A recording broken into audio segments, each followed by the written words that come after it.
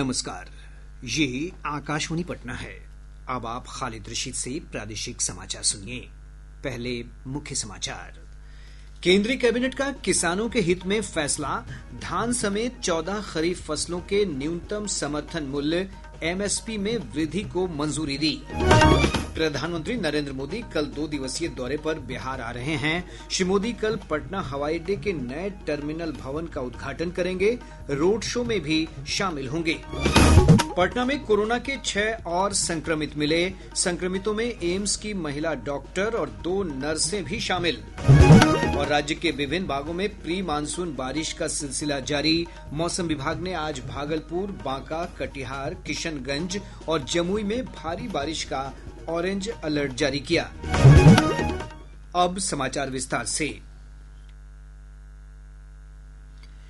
केंद्र सरकार ने 14 खरीफ फसलों के न्यूनतम समर्थन मूल्य एमएसपी में वृद्धि को मंजूरी दे दी है। सूचना और प्रसारण मंत्री अश्विनी वैष्णव ने केंद्रीय कैबिनेट की बैठक के बाद नई दिल्ली में संवाददाता सम्मेलन के दौरान यह जानकारी दी। श्री वैष्णव ने कहा कि सरकार ने विपणन सत्र 2025-26 के लिए खरीफ फसलों की एमएसपी में लागत पर 50% की वृद्धि के प्रस्ताव को स्वीकार कर लिया है। इससे किसानों को उनकी उपज के लिए लाभकारी मूल्य सुनिश्चित होगा। सीएसीपी की रिपोर्ट पर 2025-26 के खरीफ मार्केटिंग सीजन के लिए आज कैबिनेट में एमएसपी अप्रूव हुआ है। टोटल अमाउंट इसका 2,07,000 करोड़ के आसपास का एस्टिमेट किया गया है और प्रधानमंत्री श्री नरेंद्र मोदी जी ने प्रतिबद्धता दिखाई है किसानों को उनकी कॉस्ट के ऊपर 50% मिनिमम मार्जिन मिले, उसका ध्यान रखा गया है। तो जितने भी क्रॉप्स हैं, हर एक क्रॉप के लिए कॉस्ट प्लस 50% इस चीज का ध्यान रखा गया है। श्री वैष्णव ने बताया कि धान के समर्थन मूल्य में 69 रुपए प्रति क्विंटल की वृद्धि की गई है। रागी के लिए 596 रुपए प्रति क्विंटल, कपास के लिए 589 रुपए प्रति क्विंटल और तिल के लिए 579 रुपए प्रति क्विंटल एमएसपी की सिफारिश की गई है। केंद्रीय कैबिनेट ने किसानों को ऋण के संशोधित ब्याज छूट योजना MISS के तहत छूट जारी रखने की भी मंजूरी दे दी है। संशोधित ब्याज छूट योजना का उद्देश्य किसान क्रेडिट कार्ड के माध्यम से किसानों को सस्ती ब्याज दर पर ऋण की उपलब्धता सुनिश्चित करना है। 4% पर 2 लाख रुपए तक का किसानों को कैपिटल मिले, वो ध्यान रखा गया है इस स्कीम में। 7% नॉमिनल रेट है, उसमें 1.5% सबमेंशन है और 3% है प्रॉम्प्ट रिपेमेंट इंसेंटिव। इफेक्टिवली जो निकला है उसमें यह है कि करीब 4% पे किसानों को 2 लाख रुपए तक का लोन मिलता है। 449 बैंक्स और फाइनेंशियल इंस्टीट्यूशंस इस स्कीम में जुड़े हुए हैं। प्रधानमंत्री नरेंद्र मोदी कल 2 दिन के दौरे पर बिहार आ रहे हैं। श्री मोदी कल शाम लगभग 4:45 बजे पटना में जयप्रकाश नारायण अंतर्राष्ट्रीय हवाई अड्डे के नए टर्मिनल भवन का उद्घाटन करेंगे। इस पर लगभग 1,200 करोड़ रुपए की लागत आई है। नए टर्मिनल भवन के शुरू हो जाने से हवाई अड्डे की वार्षिक यात्री संचालन क्षमता बढ़कर 1 करोड़ हो जाएगी। प्रधानमंत्री बिहटा हवाई अड्डे के नए सिविल एनक्लेव की आधारशिला भी रखेंगे। बिहटा हवाई अड्डे का उद्देश्य पटना और इसके आसपास तेजी से शैक्षिक केंद्र के रूप में विकसित हो रहे क्षेत्रों को सेवा प्रदान करना है। इन क्षेत्रों में आईआईटी पटना और प्रस्तावित एनआईटी पटना परिसर शामिल है। भाजपा के प्रदेश अध्यक्ष डॉक्टर दिलीप जायसवाल ने बताया कि उद्घाटन समारोह के बाद श्री मोदी पटना में रोड शो करेंगे। माननीय प्रधानमंत्री श्री नरेंद्र मोदी जी का कल शाम में 5:30 बजे एयरपोर्ट टर्मिनल का उद्घाटन पहले से निर्धारित था। अब वो 1 घंटा पहले पहुंच रहे हैं और कल का सभी कार्यक्रम अब 1 घंटा पहले होगा, यानी प्री पाउंड हो गया है। और इस तरह करके बीजेपी कार्यालय में भी अब वो 5:30 बजे के आसपास ही आ जाएंगे। प्रधानमंत्री श्री मोदी अगले दिन 30 मई को रोहतास जिले के बिक्रमगंज में 48,520 करोड़ रुपए से अधिक की लागत वाली कई विकास परियोजनाओं का उद्घाटन, शिलान्यास और लोकार्पण करेंगे। प्रधानमंत्री बिक्रमगंज में एक जनसभा को भी संबोधित करेंगे। जदयू के वरिष्ठ नेता और राज्य के जल संसाधन मंत्री विजय कुमार चौधरी ने कहा है कि प्रधानमंत्री नरेंद्र मोदी बिहार के विकास को लेकर गंभीर रहे हैं। श्री चौधरी ने कहा कि प्रधानमंत्री अपने दौरे के दौरान बिहार के लिए कई विकास योजनाओं की घोषणा करेंगे, जिससे राज्य विकास पथ पर तेजी से आगे बढ़ेगा। प्रधानमंत्री जब भी आते हैं बिहार को कुछ सौगात देते हैं और वो सौगात विकास योजनाओं के रूप में होती है। इस बार भी वो कल आने वाले हैं और कई योजनाओं की घोषणा करने वाले हैं जिससे बिहार का विकास होगा। और जिस प्रकार अभी केंद्र सरकार प्रधानमंत्री मोदी जी के नेतृत्व में बिहार के विकास में मदद करने को तत्पर है, लगातार चाहे सिंचाई की योजना हो, पर्यटन की योजना हो, एयरपोर्ट डेवलपमेंट का काम हो, जितने मुस्तैदी से वो मदद कर रहे हैं, स्वाभाविक रूप से बिहार और तेज गति से विकास करेगा। और अभी अभी अपने बिहार दौरे को लेकर प्रधानमंत्री ने एक सोशल मीडिया पोस्ट किया है। प्रधानमंत्री नरेंद्र मोदी ने कहा है कि बिहार और पटना के लिए कल का दिन ऐतिहासिक होगा। श्री मोदी ने सोशल मीडिया पोस्ट में कहा कि पटना को एक नया एयरपोर्ट टर्मिनल मिलेगा, जिसका बिहार के लोग काफी दिनों से इंतजार कर रहे थे। जदयू के वरिष्ठ नेता और केंद्रीय मंत्री राजीव रंजन सिंह उर्फ ललन सिंह ने कहा है कि प्रधानमंत्री के दौरे को लेकर एनडीए कार्यकर्ताओं में काफी उत्साह है। औरंगाबाद में पत्रकारों से बातचीत करते हुए श्री सिंह ने कहा कि बिक्रमगंज में प्रधानमंत्री की सभा ऐतिहासिक होगी। प्रधानमंत्री के दौरे के मद्देनजर सुरक्षा व्यवस्था कड़ी कर दी गई है। पुलिस मुख्यालय ने हाई अलर्ट जारी किया है। इसके तहत पटना और रोहतास में समारोह स्थल और रोड शो के मार्ग को पूरी तरह सुरक्षित जोन घोषित किया गया है। जगह जगह मजिस्ट्रेट की निगरानी में पुलिस बल की तैनाती की गई है।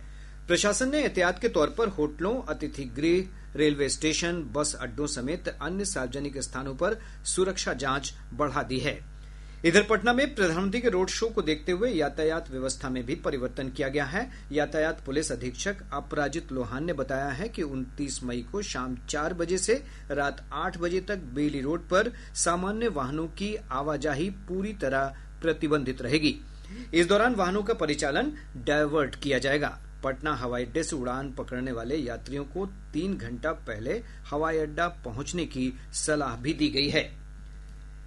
जनता दल यूनाइटेड के सांसद संजय झा की अगुवाई में संसदीय प्रतिनिधिमंडल आज इंडोनेशिया की राजधानी जकार्ता पहुंच गया। यह भारत के ऑपरेशन सिंदूर पर किए गए कूटनीतिक प्रयास का हिस्सा है। श्री झा ने कहा कि भारत की आतंकवाद को कतई बर्दाश्त न करने की नीति कायम है।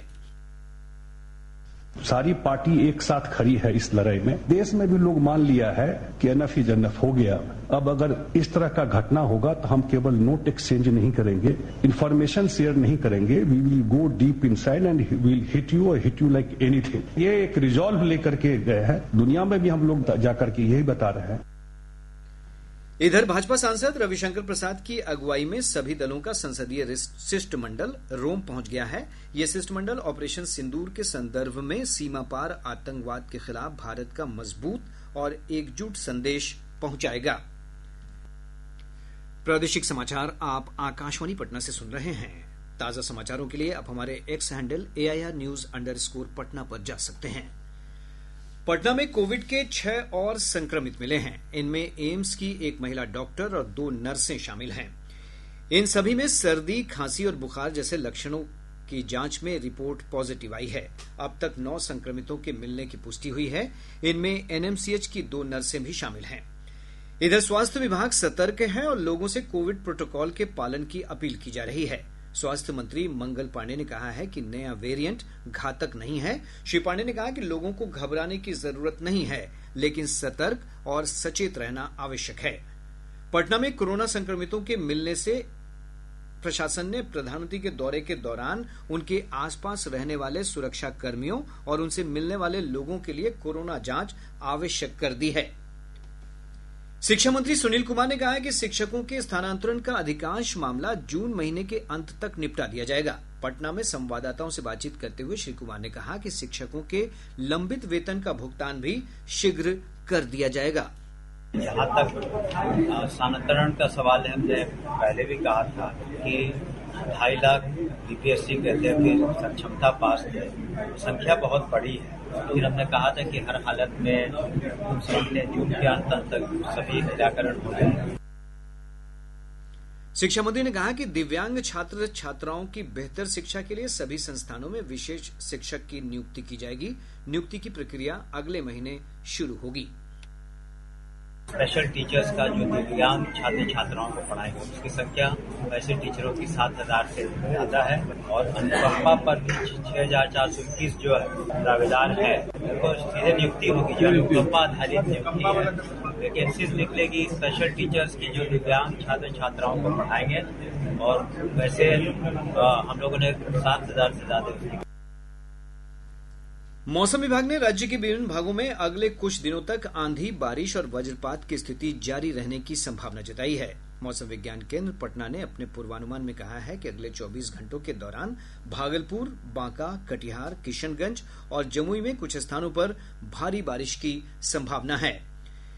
इधर मौसम विज्ञान विभाग ने कहा है कि इस वर्ष मानसून सीजन में देश भर में सामान्य से अधिक वर्षा होने की संभावना है। विभाग के महानिदेशक मृत्युंजय महापात्रा ने कहा कि जून से सितंबर के बीच होने वाली वर्षा औसत से अधिक रहने की संभावना है।